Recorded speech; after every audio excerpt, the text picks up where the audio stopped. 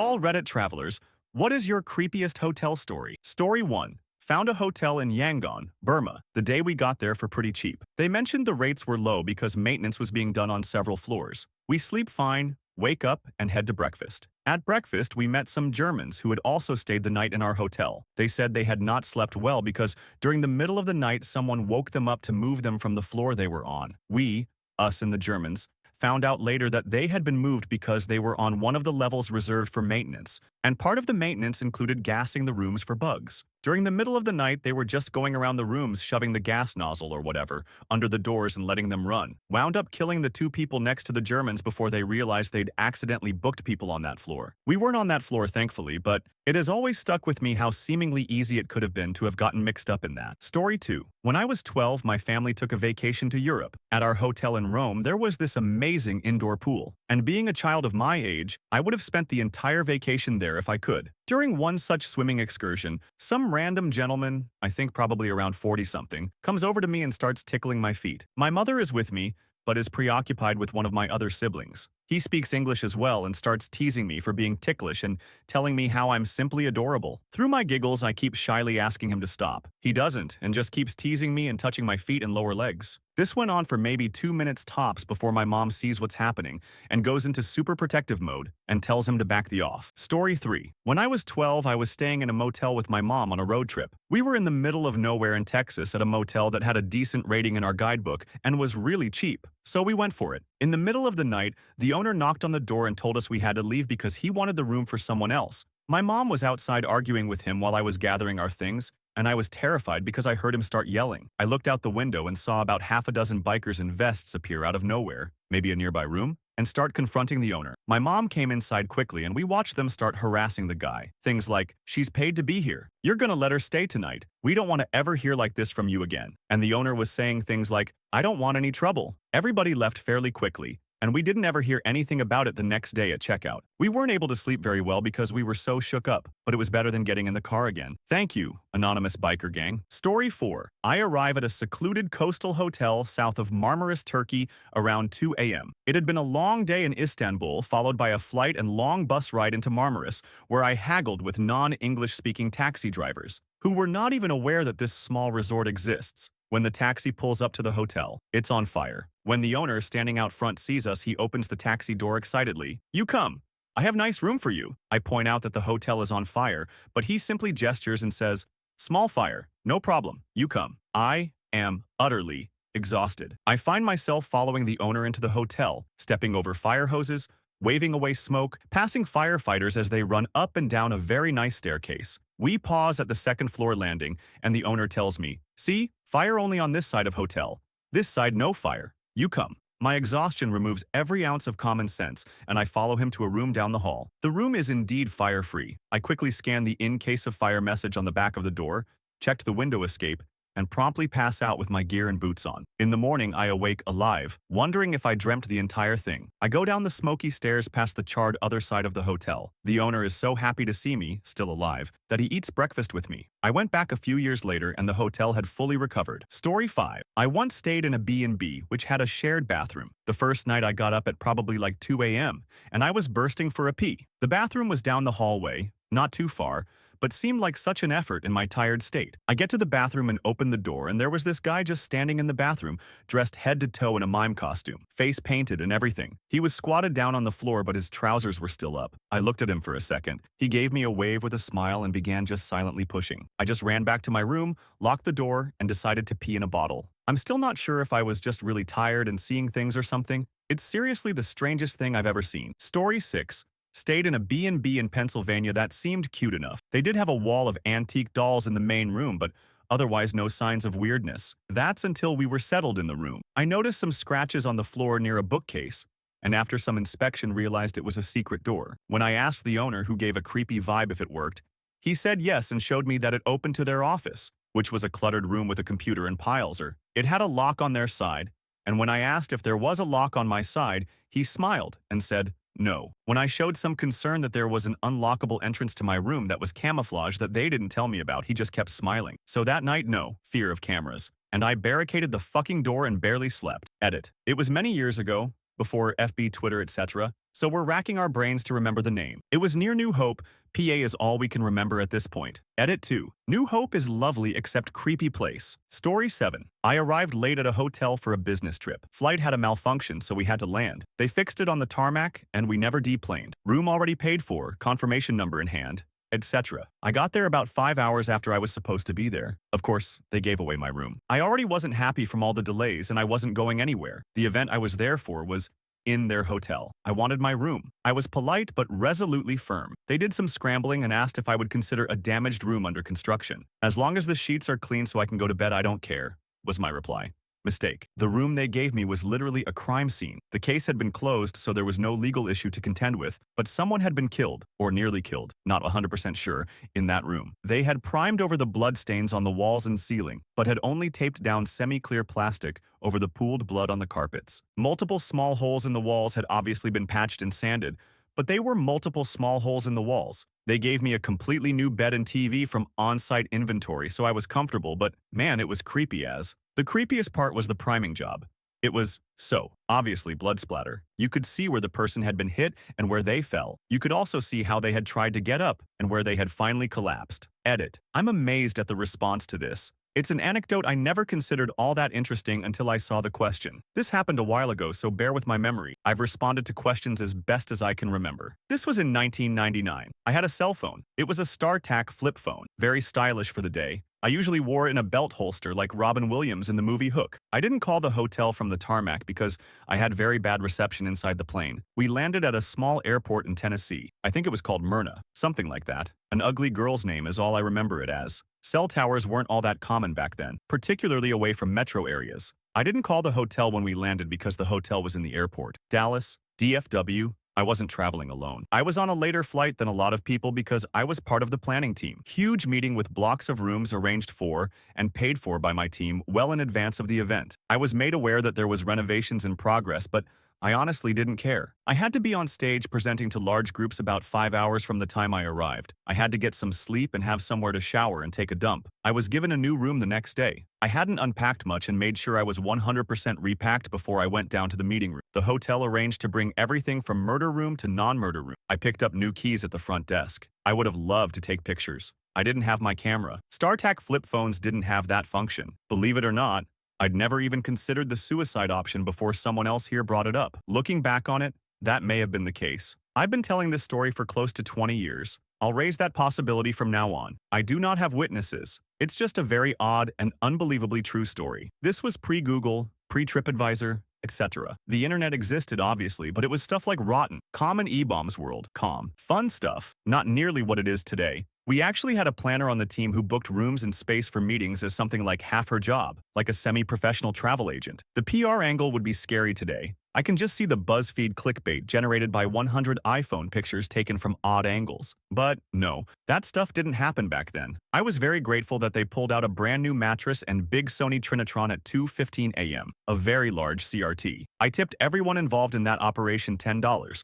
2 maintenance guys, and 1 maid, who was not in a maid uniform, some sort of sweatsuit. She made the bed while I brushed my teeth in the bathroom. She was happier with the $10 than the maintenance guys. They were grumpy. Story 8. In Mexico, my GF and I stayed a night in a hut in the jungle. No running water, no electricity. As we are from Central Europe, we are not used to dangerous wildlife, spider, scorpions, yaar. There was a beautiful cenote nearby, and at some point it rained like crazy. The daytime was amazing, the night not so much. In our hut was a bed with a mosquito net with huge holes in it. It was pitch black in the hut as we laid down and got comfortable trying to sleep. I felt a bit creeped out and decided to check the hut for insects with my phone's flashlight. Bad idea. There were hundreds of big spiders all over the walls and ceiling. Not the night's sleep I had wrapped up like a mummy every piece of clothing we had with us. Story 9. Okay, so I already posted this on another thread, but when I was about 4 years old, my family ended up staying at the Cedar Lodge Motel, where Cary Stayner worked right before he murdered 4 women. My family drove to Yosemite, and it was a long drive for us. 3 kids all under the age of 7 plus 2 adults, and a fuckton of mountains will do that. By the time we arrived at the motel, it was late. We were all cranky, and we couldn't wait to get out. But the moment we pulled in, something set my mom's teeth on edge, and she insisted that we left and found another hotel, reservation or not. My mom has always had this like sixth sense, and her gut has actually saved us a couple of times, but my dad was tired and convinced her to ignore her gut and stay for just the night, and the next morning we'd leave. I can remember my mom actually refusing to let go of our hands, making us stay right by her side as she kept looking around while checking in. To try and get her to relax, my dad suggested we go to the pool, thinking it would calm her down. Well, when we got there, there were no towels, so my mom called the front desk. The moment the man delivering towels arrived, my mom immediately grabbed us out of the water and rushed us back to the room. The man gave her the absolute creeps, and she says there was just this feeling of pure evil when he looked at us. That night, my mom and dad pushed the dresser in front of the door and had us all sleep in the same bed. The next morning, we left to go to another hotel, but my mom couldn't stop talking about how evil that motel was. About 2 months later, she and my dad were up late watching the news when they started reporting on a man who had murdered a woman and 2 young girls in Yosemite. Just as my mom began to say, "I bet it was at that motel," they showed Carrie Stainer's face and said it occurred at the Cedar Lodge Motel. Carrie Stainer was the man who brought us our towels at the pool. We've never gone back to Yosemite, and my mom is always insistent that we listen to our gut feeling, and when every bone in your body is telling you something is wrong. GTFO. TLDR. We stayed at a motel where serial killer Carrie Stainer worked, and my mom's gut told her he was a fucking creep. Story 10. Did the couch surfing. Calm thing with a friend a few years ago. We are both big guys, so typically feel safe everywhere we go. Show up at the house, 60-year-old guy opens the door while on the phone. He's only wearing sweatpants. He signals for us to enter. He continues his conversation and ends with an, "I love you." He turns to us and says welcome, and apologizes for being on the phone. He starts talking about his GF, who he was talking with, and how she lives overseas. He mentions he has several GFs and boasts about being a ladies' man. He then starts to show us pictures. These girls looked like they were 14. While sliding through the pic, he accidentally showed us one of their passports.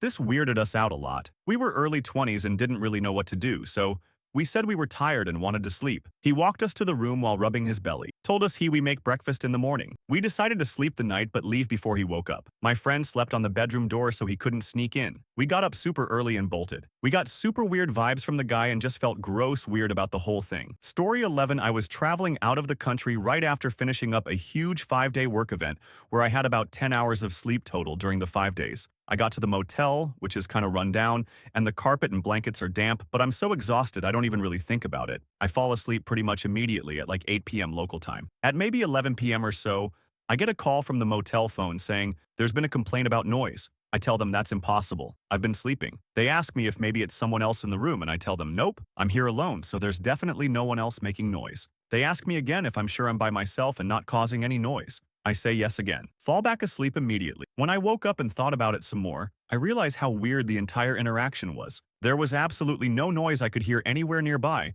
and I don't know why the motel staff would need to clarify so many times that I was alone. Apparently, they never called. So I assume it must have been someone calling the different rooms to see who was in the rooms and how many people. I've never been so glad to always use the extra latch chain lock. Story 12. While in the Isles of Scotland, we stayed in a B&B. It was owned by a couple. The bedrooms were extremely well done and beautiful, but on everything there was signs to not touch. To use the shower, you would have to ask the couple, and the internet ended at 11 p.m. The woman would also check on everyone at random times in the night. We would hear creeping in the hallway to make sure everyone was sleeping and not doing any illegal things like using the internet. When we checked out of her B&B, she came into our room and said that we stunk and opened the window to prove this and demanded for money immediately. Another traveler was kicked out of the B&B because the checkout time was 10 a.m. and they were forced to stand outside. She wouldn't even let them stay inside in the thunderstorm while their taxi came. Another traveler had to go a check, we were in an isolated place, to pay for the room, and she took their bags and wouldn't give them back. But on the way out, she asked everyone if they enjoyed their stay. Edit. So I took a look at their TripAdvisor page,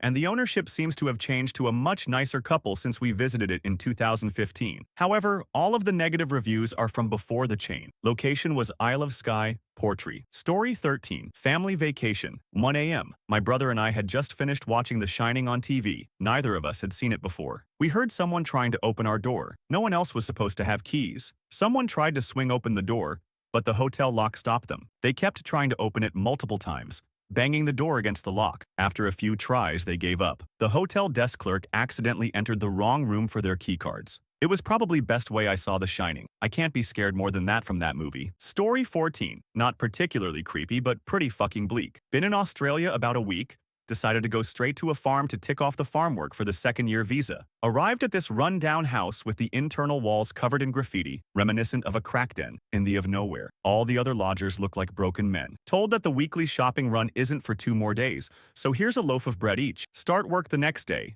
Picking runner beans paid at a $1, $10 a kilo, busting my to make something like 50 bucks in 14 hours. Slept in crammed in beds in what we assumed used to be a living room, with plain bread for dinner. Did a few hours the next day until my mate stood up like this, I'm not having this. And straight back to Melbourne we went. Ended up in an amazing hostel with great people, earning $25 an hour, with memories I'll never forget. Horror show averted. Story 15. A friend and I once stayed at a pretty fancy B&B for the night. The lady who owned it was absolutely lovely but would appear out of nowhere. We'd be sitting alone in a large room with one doorway, and suddenly she was in the room with us. Either this joint had secret doors or something really creepy was going on. She seemed to know things that we'd said or done as well. The thing that tripped us out the most was hearing someone trying to open our door during the night. She was super lovely, and the building was beautiful, but we were relieved to check out the next morning. Story 16. I was staying in Birmingham, AL at a Hyatt. Nothing crazy, nothing obviously creepy. One night around 2 a.m. I woke up to a man screaming, like stabbed in the heart scream. I sat there in a panic, wondering if I should call someone. But when I didn't hear anything else, I chalked it up to a dream. The next night I woke up around 3 a.m. and had this horrible feeling that someone was in my room. I rolled over and there was an old man, sitting on the AC. It was boxed in, smoking, looking away from me. I stared at him for a few seconds and he turned to look at me. So I shot up out of bed, ready to run, and no one was there. I don't lucid dream. While I have vivid dreams, they are not that vivid. I can describe that man to a T, and yet he was never there. Edit. For those of you who are saying sleep paralysis, I travel for a living staying in hotels for 240 some odd days of the year. Hotels are not weird for me. I was able to roll over, pull the covers closer to me, roll over to turn on the light and sit up. I have never experienced this. The closest being when someone literally came into my room at 3 a.m., which the hotel verified and apologized for, and I was more unsure of that being real than this. Now granted, who knows? Now for those saying carbon monoxide, considering how little I remember of that trip, you are making me worried. But for the remaining 4 days, I never experienced that again. Edit 2. He looked like a man in his 60s, 5'8", fat, in blue coveralls and a red checkered shirt. His sleeves were rolled up, top of his head was bald with a white halo, gray mustache, kind of bushy eyebrows. Story 17. A chalet in the state of Maine, Vermont, with 3 others. The lady at the front desk was approximately a billion years old with cloudy eyes, and her front desk was a small table next to a recliner in a room full of knickknacks and china dolls. The actual room was what I imagine a hotel room in the 40s would look like, and obviously it had never been remodeled. The bathroom had a metal clawfoot tub. The worst part, though, was the door at the back of the room. I assumed it would be another closet, but we opened it, and there was nothing but cold and darkness. We used the flashlight on our phones and discovered a long, wide, cement-walled hallway. I assumed it was used to travel between rooms when the weather was bad, but the vibe it gave off was making the hair on the back of my neck stand up. The night went smoothly and nothing ever happened, but I still feel like we survived a night in a boring horror movie. I've tried to look for it again, but with no results, I'll have to ask my grandma who booked the trip. Edit. Turns out we were actually in Vermont. Still confused on the timeline of my trip, but it was Dalem's Chalet in Brattleboro. And please don't go leaving reviews or like that.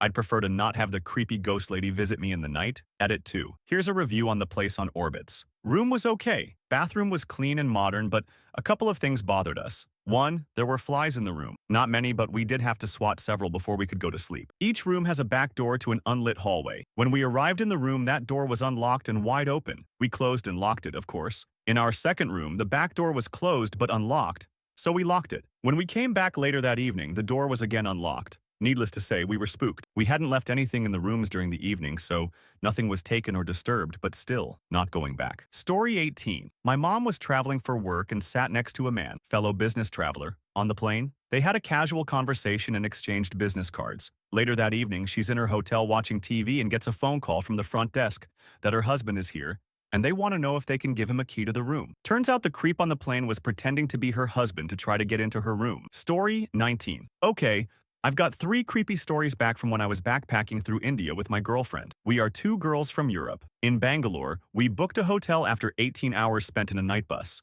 We were very tired and wanted a bed and some food. The boys at the reception were kind of creepy and staring at us all the time, but we shrugged it off and went in our room at around 9 in the evening. At around 11, the lights went completely off. I tried to call the reception, but the phone was out. Suddenly, the door handle to our room started moving. I turned on the lantern on my phone and looked at the door. It was slowly opening. My girlfriend screamed and I jumped off the bed, pushing the door back into its place. The person outside was pushing as well, so we fought like this for a little while. Then, I locked the door again. 5 minutes pass and we hear the noise again. The person outside had a key, and now they were opening the door. slowly. It was so creepy, I kept banging on the door shouting, "Get thee out! Help!" We called the police who eventually did nothing. We didn't sleep the whole night. We were in South, booking a hotel. My girlfriend was using the bathroom when she suddenly started screaming. I went in just in time to see a hole in the ceiling and an eye. The person ran immediately and we could hear the footsteps on the roof. After our 6 months travels, we were really tired of booking cheap and scary places for sleep. I had a accident and was barely moving, so I asked my girlfriend to book the nicest hotel, asked specifically for white sheets.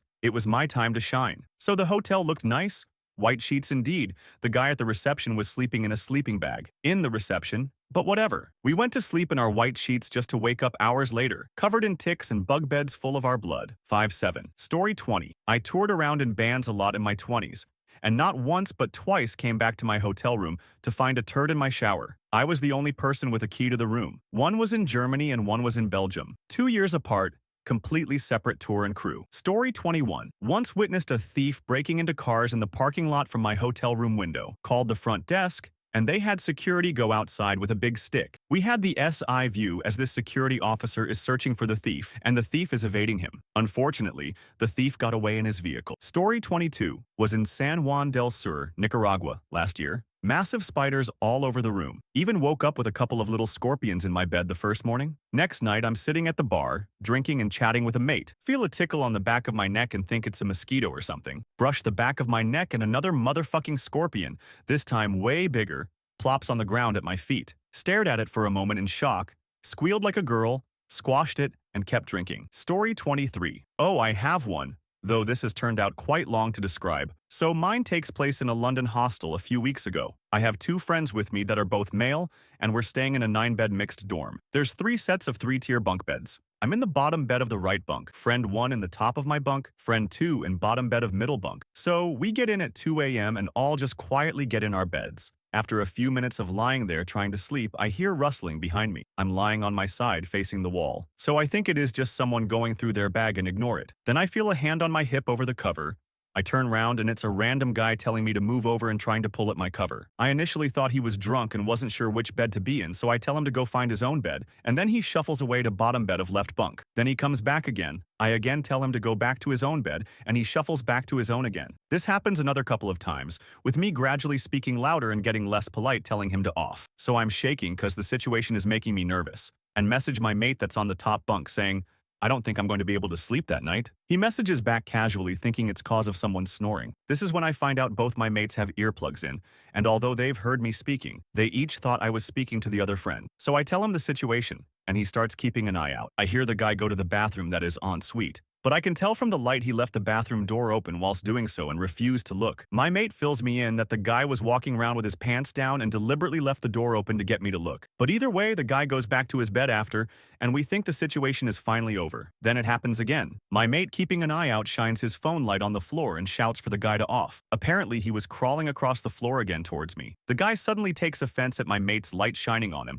and starts actually climbing the bunk ladder like King Kong to get to my mate on the top, and was trying to take his phone. They wrestle for a while with my mate actually kicking the guy in the neck to try and keep him away, only for the guy to swing backwards and come straight back at him again. I use this time to run for security, who find the guy still hanging on the bed when they get there, then call the police and have the guy taken away in a riot van and banned from the building. Whilst the police had dragged him outside waiting for the riot van, the guy even headbutted the brick wall several times. No idea what that guy was on because it wasn't alcohol, but definitely on something to take a kick to the neck and still act like nothing happened afterwards. The guy kept trying to blame my mate when security came as well, saying things in broken English like, "Come up here and see how violent this guy is." My other mate that had slept through the whole incident kept saying the next day that he couldn't believe how friendly everyone in London is. Edit. Please don't let this put you off hostels. I've traveled in them alone around Europe and never had any problems before. Usually hostels are a great way to meet people or find activities to do in the local area. Story 24. It wasn't ghost creepy, but just a little PSA for you jittery folk out there. If you're going to Japan and booking with Airbnb, make sure it isn't one of those tiny post-war era homes. I booked one like that last year when I went to Kyoto, quietest neighborhood I've ever been to, and it was a second home that the owner leased out, so I was the only tenant for my 3-night stay. Everything was plywood. And because it was in a quiet little neighborhood, it felt like there wasn't anyone else for miles around. My room was lit by a single light bulb haphazardly hanging from a ceiling that flickered occasionally like in a cheap B-horror movie. Any movement caused creaks and bumps, and the cold air made those happen constantly around me as the plywood expanded and contracted through the day. I'm just lucky the grudge didn't come out of the fucking TV during my stay. Story 25. Went to a hotel and arrived at night. Me and my brother went to check out the pool and whatnot, and he started to chase me, pretending to throw me into the pool. So I freaked out and ran to our room. My brother was like, "No, that's not our room." And I busted in. The room was either open or unlocked because it was just sliding doors or something, because it was in the islands, and saw two people they sort of froze, seeing a little 5-year-old boy stare at and nope right the out of there.